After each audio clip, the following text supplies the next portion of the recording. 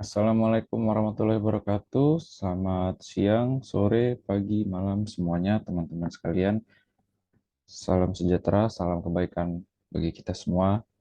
Perkenalkan, saya Ibn Hadi. Saya adalah mahasiswa Universitas Pembangunan Jaya, jurusan Sistem Informasi Angkatan 2019.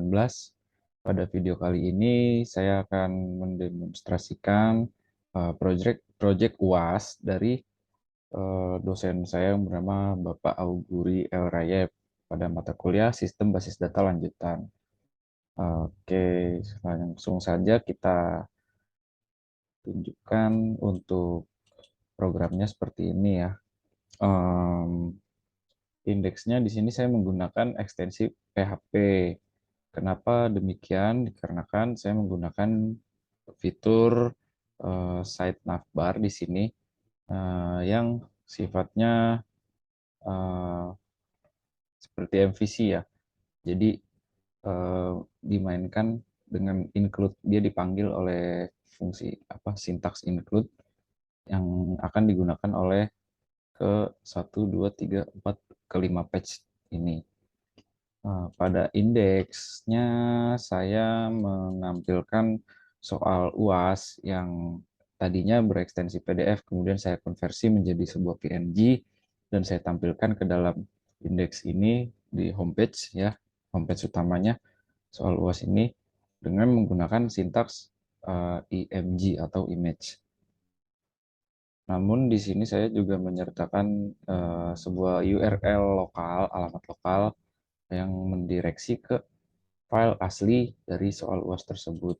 Apabila diklik akan seperti download. Oke. Selanjutnya untuk page yang saya buat di sini codingannya seperti ini untuk indeks. Jadi di sini sebenarnya HTML, cuman saya gunakan fungsi PHP dalam keperluan tertentu seperti untuk melakukan include agar dia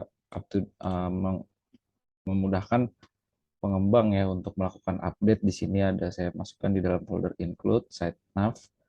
Jadi cukup seperti ini codingannya dan ini akan digunakan oleh seluruh page yang ada di dalam program tersebut. Di site nav ini terdapat soal UAS, send data JSON, receive data JSON, read data dalam bentuk table, dan page about. Jadi untuk kelima page tersebut, apabila pada satu page ini melakukan perubahan, ada satu nav yang ingin dirubah, jadi tidak harus semuanya mengubah navbarnya masing-masing juga. Jadi cukup satu kali update di sini dan dia akan terupdate semua karena pada indeks tersebut menggunakan include. Kemudian untuk bagian ini saya bilangnya main ya. Saya menggunakan contohnya pada soal UAS. Di sini saya menggunakan div dengan kelas bernama main. Oke, di sini terdapat CSS untuk membagi apa ini namanya, seperti ada ini ya margin ya di sebelah kiri ada sidebar dan mulai dari sini hingga mentok ke kanan itu untuk main kelasnya. Jadi semuanya seperti ini pada halamannya kira-kira. Nah, itu karena fungsi dari CSS div dengan kelas main tersebut. Kemudian lanjut saja ke soal ya, yaitu send data JSON. Nah, pada send data JSON ini terdapat data JSON yang akan dikirim ke server untuk disimpan pada database MySQL. Kemudian Bapak Auguri menyertakan berikut adalah data JSON yang akan dikirim ke server tersebut.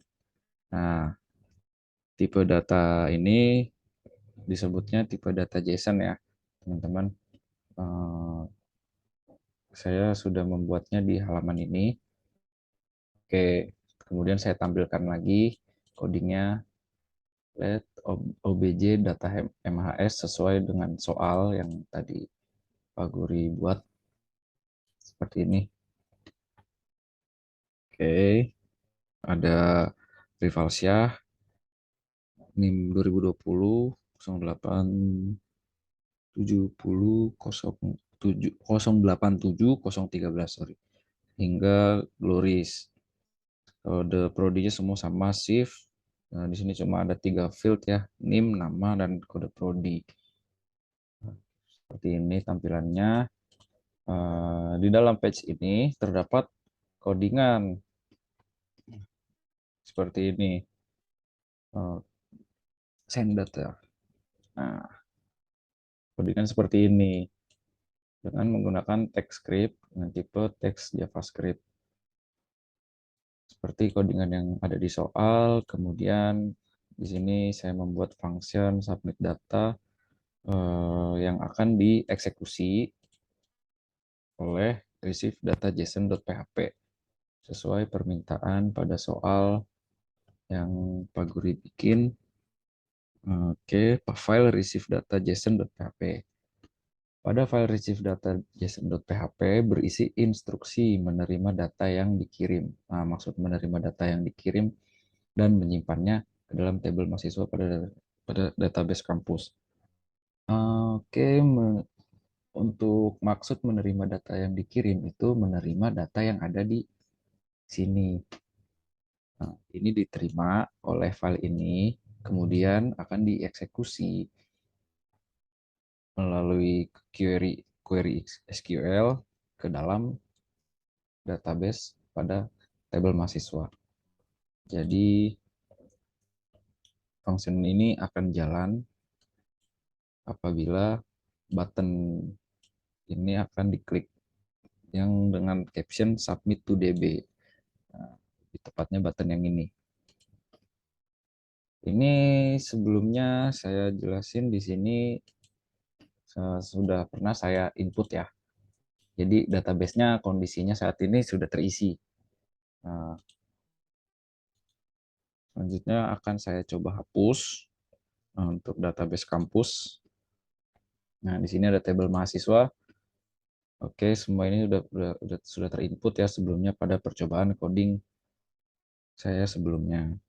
Kemudian saya pilih semua, kemudian saya menghapus data. Oke, di sini data sudah kosong, coba kita refresh, sudah kosong ya. Kemudian balik lagi ke program, kita cek di data table. Nah, data table-nya sudah kosong, ini sesuai dengan apa yang ada diisi di dalam database. Ini kosong, maka table juga akan kosong. Begitu pula dengan halaman receive data JSON. Nah, di sini juga akan kosong. Kemudian kita kembali ke halaman send data JSON, di mana data tersebut dengan tipe data JSON akan disubmit ke dalam database yang telah saya hapus tadi. Di sini saya akan klik submit, kemudian menampilkan pop-up ya, data berhasil diinput, kemudian klik OK, dan dia akan otomatis direksi ke dalam page read data. Ini yang versi table. Oke, di sini sekarang udah muncul lagi ya datanya karena sudah berhasil diinput. Kenapa dia muncul lagi? Ini tandanya berhasil penginputannya ke dalam database ini. Sekarang saya refresh. Oke, datanya sudah masuk, berarti eksekusi eksekusi untuk apa tadi? Sorry, soalnya terdapat data JSON yang akan dikirim ke server untuk disimpan pada dalam database MySQL. Oke, berarti untuk prosedur ini sudah berjalan sesuai. Ini dalam view table, versi table, ini versi view dalam PHP My Admin-nya, tabelnya semua keisi. Kemudian ini saya tambahkan. Nah, ini adalah tampilan di mana data diambil dari dalam database, kemudian ditampilkan ke halaman ini dalam bentuk kode JSON. Bagaimana cara kerja programnya? Ada di get data. Di sini saya buat file dengan nama get data json.php. Oke, seperti ini codingannya menggunakan script, const db param, json stringify. Di sini saya kasih limit 100. Kemudian const sml http. new XML HTTP request, kemudian HTTP onload, dan function dokumen get element by data JSON, di mana data JSON ini adalah sebuah variabel ID ya, pada P. P, P ini untuk apa namanya? Seperti contohnya seperti ini seperti ref, contohnya untuk membuat link misalkan. Nah, seperti ini. Kalau seperti ini kan kosong. Kalau seperti ini ada captionnya. Kalau yang ini kenapa dia kosong? Karena di sini saya tentukan ID-nya data JSON, dan data JSON ini akan menarik eh, menarik data yang ada dari dalam database, kemudian di open dengan metode get yang melalui proses di JSON-get.php ini yang saya buat di sini filenya. Nah, seperti ini. Jadi di sini headernya konten tipe application atau JSON charset UTF-8, variable obj, JSON decode, getX, kemudian false. Di sini saya include koneksi. Kita get JSON-nya db prepare select all from mahasiswa. Limitnya nanti yang tadi saya tentukan 100 itu. Sebenarnya nggak diatur limit juga bisa. Kemudian di get JSON-nya, obj, sesuaikan limitnya, dan eksekusi atau execute. Resultnya di get result, di fetch all. Kemudian echo JSON encode output. Maka di sini akan menampilkan seperti ini. Jadi ini itu hasil dari penarikan data dari dalam database ini yang seperti ini ya, tadi tabelnya ada NIM 2020, nama Riva, kode produksif, hingga seterusnya, dan ditampilkan ke sini dengan dalam bentuk kode JSON seperti itu.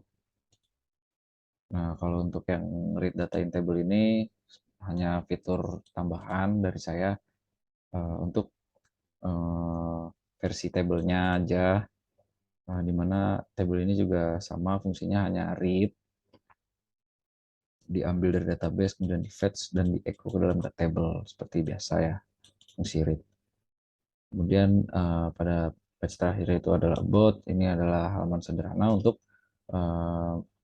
menampilkan data author atau pembuat program tersebut, yaitu saya sendiri, Iben Hadi Putro, dengan NIM 2019-08-1038. Sini juga saya menyertakan link channel YouTube saya dan kontak person saya melalui Telegram. Sekian dari aplikasi yang bisa saya demokan. Kurang lebihnya mohon dimaafkan. Wabillahi taufiq wal hidayah. Assalamualaikum warahmatullahi wabarakatuh. Terima kasih.